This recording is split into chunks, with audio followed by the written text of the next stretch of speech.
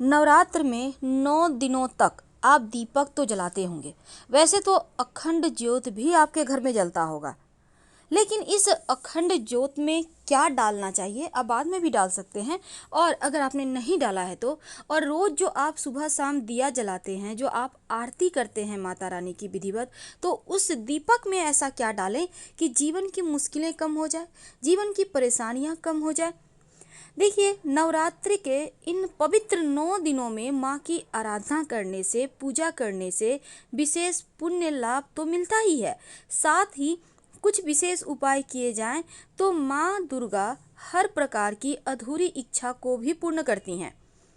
ज्योतिष कहता है कि जिन्हें नवरात्रि के दिनों में अगर आप जो भी व्यक्ति हैं, आप कोई भी काम करते हैं, जैसे कि माता रानी को आप उनके प्रिय वस्तु का भोग लगाते हैं, उनके प्रिय मंत्र जप करते हैं, उनका प्रिय पुष्प अर्पित करते हैं, तो आपके जीवन में धन की कमी नहीं रहती। देवी माँ के सामने संकल्प लेने से और सच्चे मन से पूजा करने से अधूरी इच्छा भी पूरी हो जाती है, और ये जरूर होता है। अब सवाल ये है कि आप नवरात्र में अखंड ज्योत तो जलाते होंगे, भले ही आप व्रत रखें या ना रखें। वैसे तो लगभग हर हिंदू घर में माता रानी की पूजा होती है और अखंड ज्योत भी जलाई जाती है। लेकिन आप अगर देवी के उनको प्रसन्न करना चाहते हैं तो आप 9 मिट्टी के दीपक में अखंड ज्योति जलाएं। अगर कोई विशेष मनोकामना है आपकी, तब याद रखिए 9 मिट्टी का दिया में आपको अखंड ज्योत जलाना चाहिए। अगर कोई विशेष मनोकामना है तो कैसी भी मनोकामना हो, कितनी भी विपदा हो, कैसी भी परेशानी हो, वो समाप्त हो जाएगी और आपके जीवन में खुशियाँ आएंगी। लेकिन बस आपको ये ध्यान रखना है कि इसकी ज्योति बुझनी नहीं चाहिए, और जो भी संकल्प हो उसे हाथ में पानी लेकर ही लीजिएगा और दीपक के पास छोड़ दीजिएगा। जब आप अखंड ज्योत जलाएंगे तब क्या क्या डालेंगे, लेकिन उसके पहले जानते हैं माता रानी के 9 स्वरूप की जब आप पूजा कीजिएगा तो 9 दिनों में अलग अलग वस्तुओं का भोग लगता है। जैसे कि पहला नवरात्रा जिस दिन आप मनाएंगे, उस दिन माता रानी को आप घी का भोग लगाएंगे, माता रानी को घी का भोग लगाएंगे। दूसरा नवरात्रा माँ सिद्धिदात्री का दिन है, तो इस दिन आप माँ को शक्कर का भोग लगाएंगे। तो पहले दिन माँ शैलपुत्री की पूजा होगी गाय का घी का, और दूसरे दिन आप शक्कर का भोग लगाइएगा माँ ब्रह्मचारिणी को। और तीसरा नवरात्रा माँ चंद्रघंटा जो है उनको समर्पित है। इस दिन माँ को दूध, या फिर आप एक कटोरी में, चांदी की कटोरी है या जो भी कटोरी है, उसमें आप दूध या फिर दूध से बनी चीज़ें अर्पित करें माँ को। अगर आप दूध से बनी मिठाई का भोग लगाते हैं तो माँ प्रसन्न होती हैं।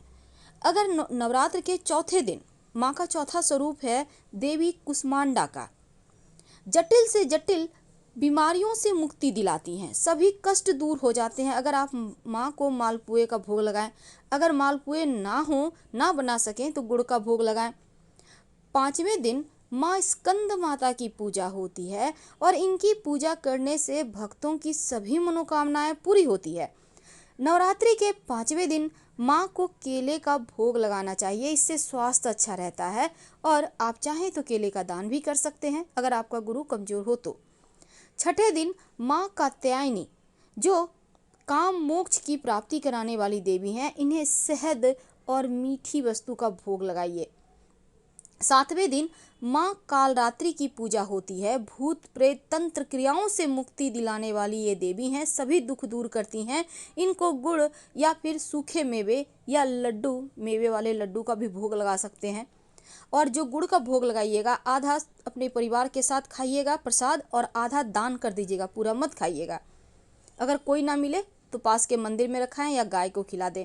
नवरात्रि के 8वें दिन महागौरी के स्वरूप की पूजा की जाती है, और इस दिन माँ को नारियल का भोग लगाया जाता है। घर में सुख समृद्धि आती है। नारियल का भोग लगाने से संतान से जुड़ी सभी परेशानियां समाप्त हो जाती है। नवरात्रि के आखिरी दिन माँ सिद्धिदात्री की पूजा की जाती है, और माँ सिद्धिदात्री जो पूरे संसार को संचालित करती हैं, और माँ को तिल का भोग लगाया जाता है। किसी भी तरह की अनहोनी से माँ आपको सुरक्षा करती हैं, आपकी किसी भी तरह का जीवन में परेशानियां नहीं आती। तो माँ के 9 स्वरूप को आप क्या भोग लगाएं, लेकिन हम अब बात करते हैं अखंड दीपक की। देखिए, मन में देवी के प्रति समर्पण और भक्ति को दर्शाने का दिन है। तन मन में अंधकार जो छाया हुआ है उसको दूर करने का ये नवरात्र है। और अखंड जो ज्योति आप जलाएंगे नवरात्रि में, तो इसके नियम होते हैं पूरे 9 दिन तक। वैसे आप एक दिया भी जला सकते हैं, हमने कहा कि कोई बड़ा मनोकामना हो तब 9 दीपक जलाना है, लेकिन वैसे सिर्फ एक ही दिए जलाना है और ये दीपक 9 दिनों तक बुझना नहीं चाहिए। मान्यता है अखंड दीपक जलाकर पूजा करने से पुण्य फल की प्राप्ति होती है और माता रानी के आशीर्वाद से पूरा परिवार में प्रेम बढ़ा रहता है, स्वास्थ्य अच्छा रहता है, धन बढ़ता चला जाता है। तो इस बार की जो नवरात्र है ना, इस बात का ध्यान रखें कि अखंड दीपक जो है ज़मीन पर मत रखिए, लकड़ी की चौकी पर या लाल रंग के कपड़े बिछाकर ही रखें। और ज्योति को रखने से पहले इसके नीचे अष्टदल कमल बना लें तो बढ़िया है। आप चाहें अबीर गुलाल से भी बना सकते हैं और आटा के साथ भी बना सकते हैं, गेहूं का आटा। अखंड ज्योति को गंदे हाथों से तो भूल कर भी ना छुएं और अखंड ज्योति को कभी अकेले या पीठ दिखाकर मत जाइए, यानी कि आप एकदम से पीछे मुड़कर नहीं जाना है, पहले पैर पीछे कीजिए, धीरे धीरे फिर वहाँ से हटिए। अखंड ज्योति जलाने के लिए हमेशा ही शुद्ध घी का ही प्रयोग करें।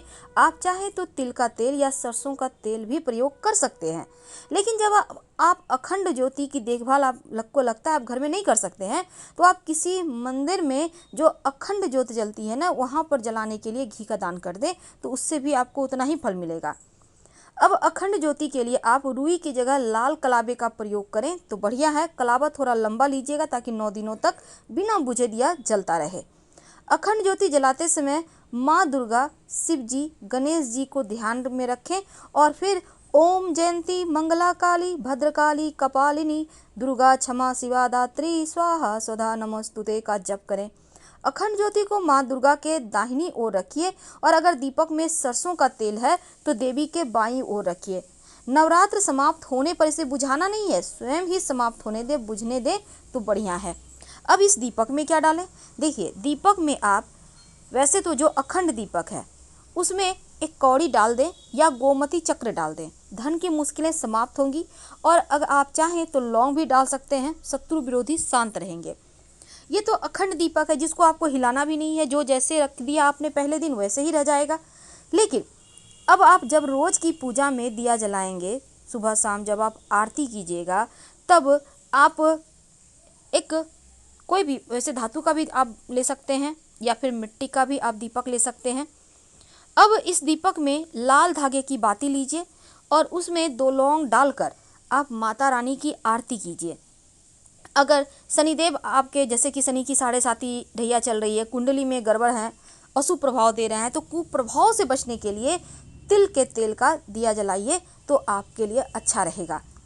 अगर घर में वास्तु दोष भी है तो भी आप तिल के तेल का दिया जला सकते हैं, लेकिन जब माता रानी की आरती कीजिएगा ना, तो आप कोशिश कीजिए शाम के वक्त, वैसे तो सुबह भी जला सकते हैं, कपूर और 2 लौंग जलाकर आरती करें और पूरे घर में दिखाएं। पूरे घर में सकारात्मक ऊर्जा आएगी और जीवन में जो भी परेशानियां हैं वो समाप्त हो जाएगी। आप चाहें आपके घर में अगर चांदी की कटोरी है तो उसमें ही जलाकर आप पूरे घर में दिखाइए, ये आपके लिए ज़्यादा अच्छा होगा। वैसे आप माता रानी की अगर आप दोनों ही तरह का दिया जलाना चाहते हैं, घी का और तेल का, तो ये समस्त सिद्धियों को देने वाला दीपक होता है, तो आप दोनों ही दीपक जला सकते हैं। हम आपसे विदा लेते हैं। हर हर महादेव। धन्यवाद।